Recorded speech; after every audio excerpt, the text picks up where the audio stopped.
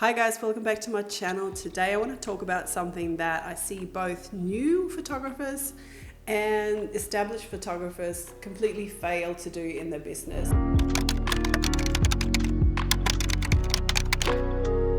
The thing that I'm talking about is basically creating a simple sales system that will allow you to build solid and great relationships with potential clients. It will build your brand in the process, and it will help you to get leads on repeats and minimal resistance in your business.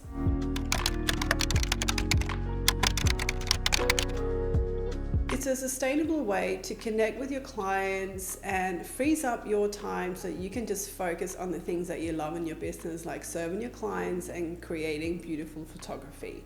And when I say sustainable, it just means that it's just something that you can sustain over a long period of time with minimal effort once you've already set it all up in the beginning. So once you've set up the framework and you've done all the hard work in the beginning, all you then have to focus on is create your content that kind of fuels that machine. So what this framework does, it does some of the heavy lifting for you in your marketing.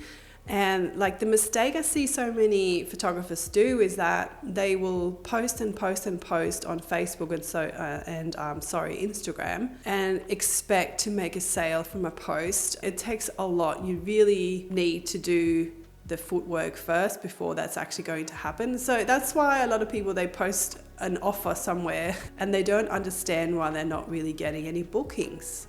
Well, that's because you haven't built a relationship yet with that client, you know. They may have just seen your posts and nothing else from you.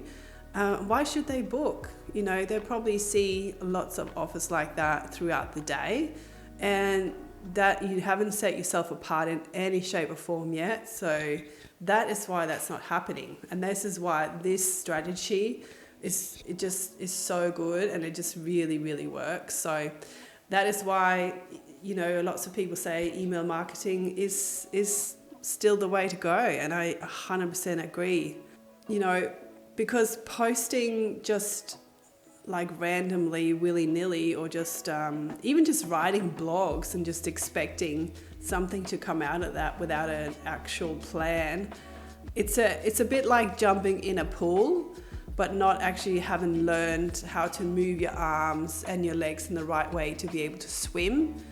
It's kind of the same thing. You need to learn how to move everything in the right way to get from A to B safely, right? So that's kind of my little analogy. Hope you like it. And it's just, I think it kind of clarifies exactly what that means.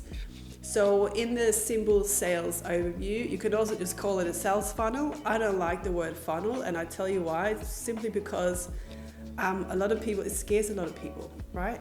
Funnel, oh God, it sounds like this, you know, 32 level long system that when in each touch point you have to get everything right. It doesn't have to be like that. It can be as simple as just creating the content, putting it on an email list with a lead capture, and then you just write a few emails to nurture that list. That's it.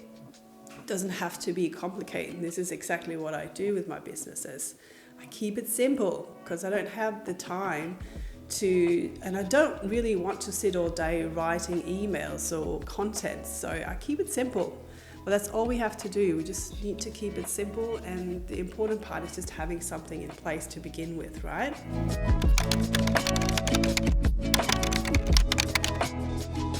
So I just want to talk about one thing that I think not enough people talk about, and that is when to try and sell something and when not to.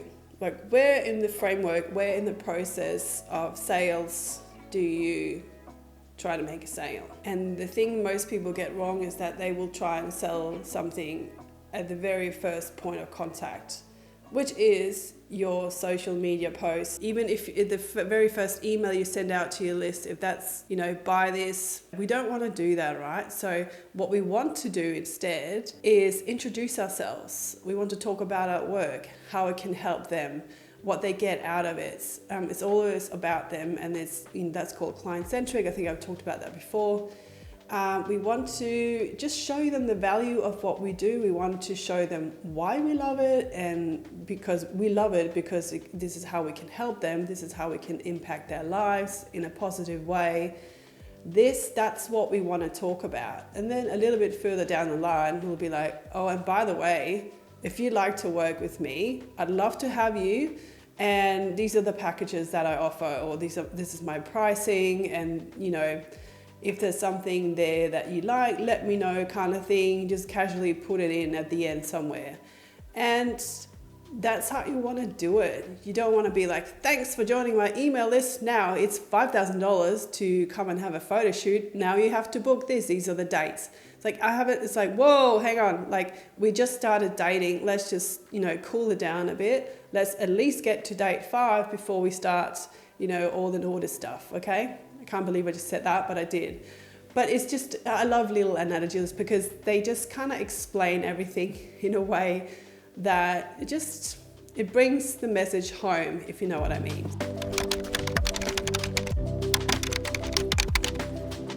All right, so how do you start? Where do you go to from here? So first of all, I've created the little sales page overview that you can download below. I'll just put a link down below for you. It's completely free. And the next thing I'm going to talk about is a few steps that you can take to move forward. I always want to make sure you leave these videos with actionable steps that will actually have an impact on your business and can just make you feel like you're making headway. If you have a website, I'd like you to go back to it and review it and take an honest look and just ask yourself, is this doing what it needs to do for me? Is it working for me? Is my messaging clear? Is it clear what I do and how I can help my clients? Is the structure okay? I'm going to make some videos about that. If they're linked somewhere here, that's because I've already made them. But please go and watch them because it gives you a nice structure on how to structure your website pages in a strategic way so they actually convert and do the heavy lifting for you. Like, this is all about making your life easier to run your business. Like, no one wants to run a business that's hard, okay?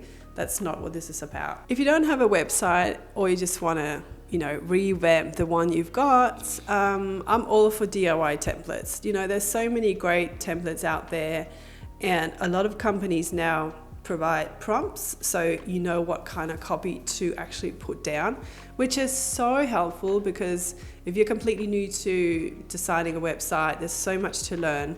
So I'm going to link a few companies down below that I really love. It's the Tonic shop, there's the Applet studio, and Big Cat Creative are a few of my favorite.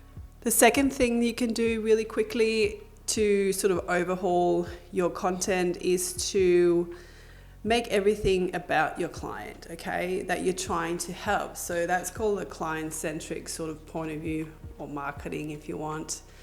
And it just puts your client in focus, and it makes it so much easier for them to connect with you and relate to you.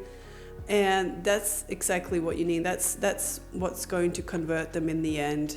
If they can't relate to your content, they're not going to become your client. Building relationships with people is like an ongoing thing. You don't just go from A to B and then, you know, that's it. It's like in real life, right? So you become someone's friend, and you have to work at that relationship. You know, you don't just go out for coffee once and have a little chat and you're BFS for life. No, that's not really how it works, okay? So I think that's another really nice little analogy to make it relatable. You can't just expect people to show up for you if you haven't made the effort, right? Same thing. It's the same thing in business. So I hope that's helpful a little bit, yeah? The third thing that you can start doing right now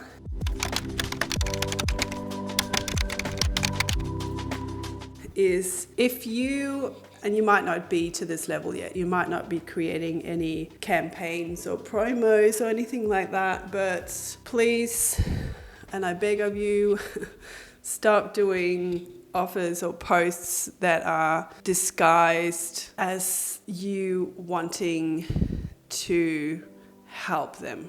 and I want to help 5 women in this age group. I want to help 5 men in this age group, or people, non-binary, whatever. The whole thing is, it's an ad, it's an offer disguised as a regular post.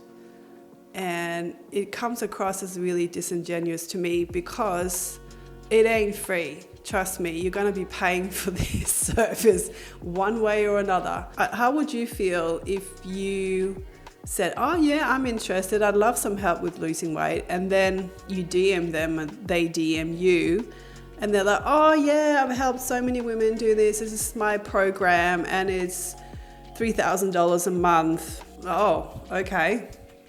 But I thought you wanted to find 5 women to help. There was no talk about any money in the original post. Like, that's not transparent, and it just, to me, just comes across as really a bit icky. And honestly, I myself personally don't want to work with people like that, and it does nothing to build their brand, and it will do nothing to build your brand or your relationship with your potential clients. So I don't know who has been teaching this sort of marketing method. It's not the only one out there. There's so many of them, and in the photography industry there has been so many different strategies on how to get bums on seats, and I have fallen victim to a lot of them over the years, and every single time I've done them, I felt so icky. It just did not align with my values whatsoever. But I was so keen to get clients that I just went for anything. And I just want to encourage you to check your values, check your integrity, like what do you stand for as a human being and also a business person. What do you want to be known for? The last thing I want to talk about is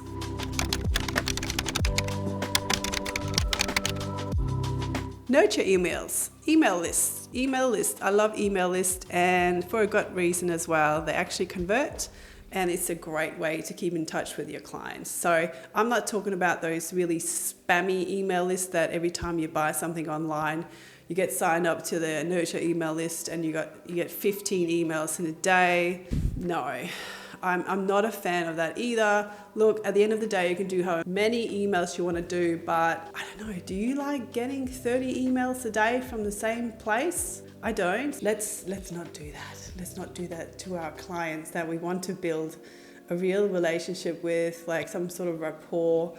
We want them to like us. We want to invite them into our world.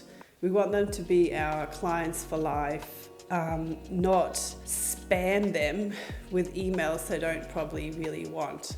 So when I say nurture emails, I say maybe once or twice a month. You say, hey, how you going? This is what I've been up to. Don't write really, really long newsletters. Do you read them when someone does? I don't.